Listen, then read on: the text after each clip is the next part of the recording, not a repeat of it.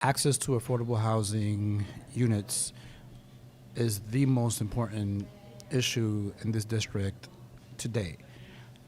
And one of the main sources of affordable housing in this district, in this community, is public housing, NYCHA. And unfortunately, we have seen and experienced a conversion to privatization, which really is a game changer and an attack against the very fundamental idea of what public housing was supposed to be, not only in the city of New York, but across the country.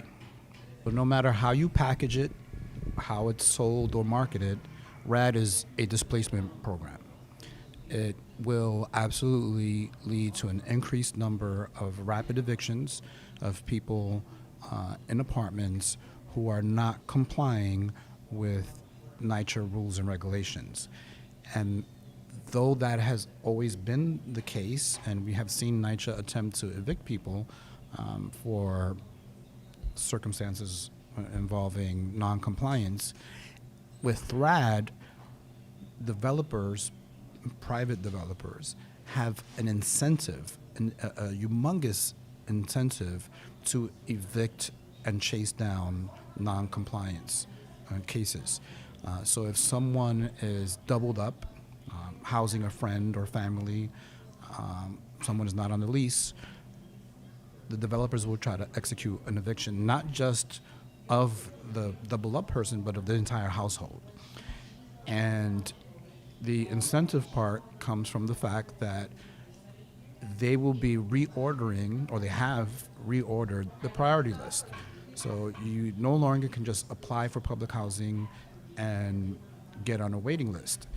Developers can turn that kind of general waiting list upside down and say, we want to prioritize people with the highest incomes. So what that means is that they will be looking to rapidly execute these evictions, say that the rationale behind it was non-compliance and kind of improving conditions generally in a development or in a building, and then rapidly looking to place higher income residents or tenants in those apartments, which is very problematic because many experts around the city, housing experts and organizations have, predict that there are far more people living in NYCHA than the official numbers suggest. We could, under a hypothetical RAD, like system-wide conversion, see a doubling or tripling up of our homeless population in a matter of months, right? So we should be very concerned. We should be alarmed that this is quietly taking place. And I, for one, am concerned as a candidate, and that Hope Gardens underwent a conversion under circumstances where a large number of the residents only speak Spanish and are senior citizens or elderly or disabled. I'm not so sure that they had a fair voice in that process or a full understanding of what the implications were.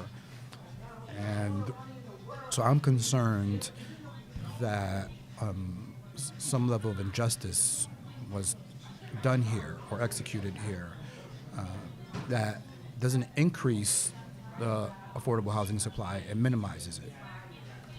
How many apartments were vacant in that building that you're mentioning? So we were knocking on doors over the last few days in the course of our campaigning at a building that is 330 Wilson Avenue, very well known NYCHA senior building, senior citizen building. And what we found was that something about 15 apartments were vacant today, right, post-RAD conversion.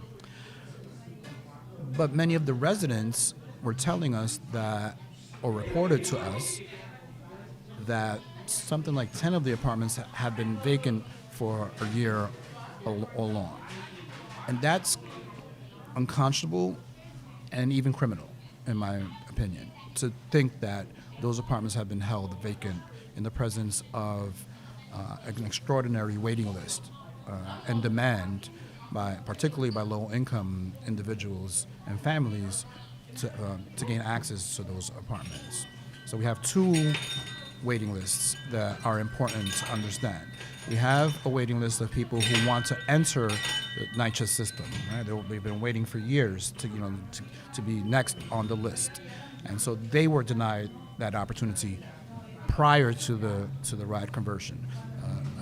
Senior citizens that are outside of the system and may have been next in line for an apartment were denied that opportunity, right?